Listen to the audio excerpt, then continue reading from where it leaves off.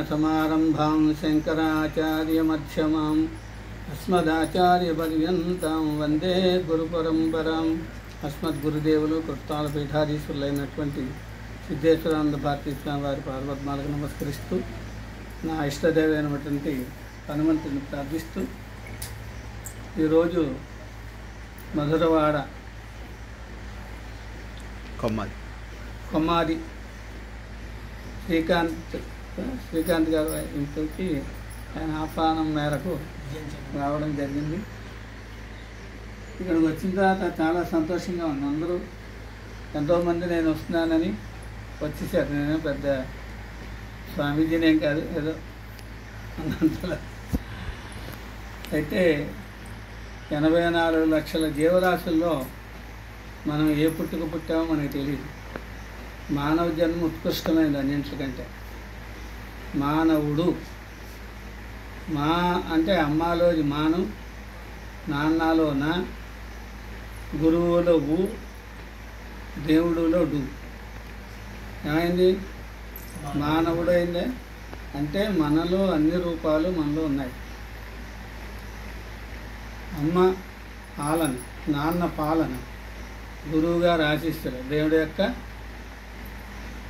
భక్తి, దేవుడి మీద భక్తి ఉండాలి. కాబట్టి అందరూ కూడా చిన్నతనం నుంచి అలవాటు చేసుకోవాలి. పెద్ద అయిన తర్వాత ఏం రాదు. అందరూ కూడా పెద్దవాళ్ళు కూడా గుడికి వెళ్ళినప్పుడు మీ పిల్లలు కూడా ఆ గుడికి తీసుకెళ్ళి ఆ గుడి యొక్క గొప్పతనం, ఆ గుడి ఎప్పుడు నిర్మించారో అవన్నీ కూడా వాళ్ళకి కాస్త విశదీకరించి చెప్తే బాగుంటుంది. ఎందుకంటే ఆ తర్వాత మా తల్లిదండ్రులే ముందు గురువులు పిల్లలకి, తర్వాత స్కూల్కి పంపించిన తర్వాత వాళ్ళు గురువులు. కాబట్టి మానవ జన్మను సార్థకం చేసుకోవాలి అంటే మంచి కార్యక్రమాలు చేస్తున్నారు. ధర్మబద్ధమైనటువంటి కార్యక్రమాల్లో పాల్గొంటూ, అలాగే ధర్మాన్ని కాపాడుకుంటూ, భజనలు అంటే ఎక్కువసేపు మనం ధ్యానము ఇట్లాంటివి చేయలేము కనుక భజనలో పాల్గొనడం.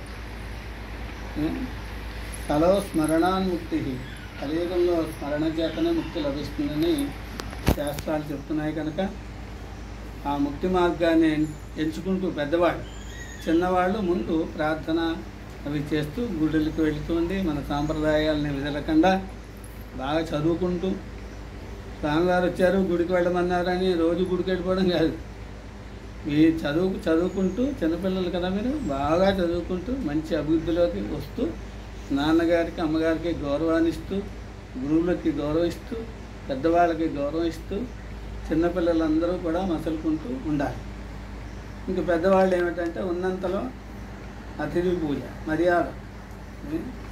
అందుకని ఈ రకంగా మన హిందూ ధర్మాన్ని కాపాడవలసింది సంసారాలే. మేము సన్యాసులు ఏం కాపాడతాం? మాకేమొచ్చు, మీరు రమ్మంటే మేము వస్తాం, ఆతిథ్యం ఇస్తే స్వీకరిస్తాం. అలాగా కాబట్టి మన యొక్క ధర్మాన్ని కాపాడమని నిరంతరం మేము అనేక ఉపన్యాసాల్లో చెప్తూనే ఉన్నాం. కొంచెంలో కొంచెం బాగానే ఉంది ఇప్పుడు ప్రస్తుతానికి. కాబట్టి ఈ రకంగా అందరూ ఉండాలని ఆశీర్వదిస్తూ నారాయణ ఎక్కువసేపు ఉపన్యాసం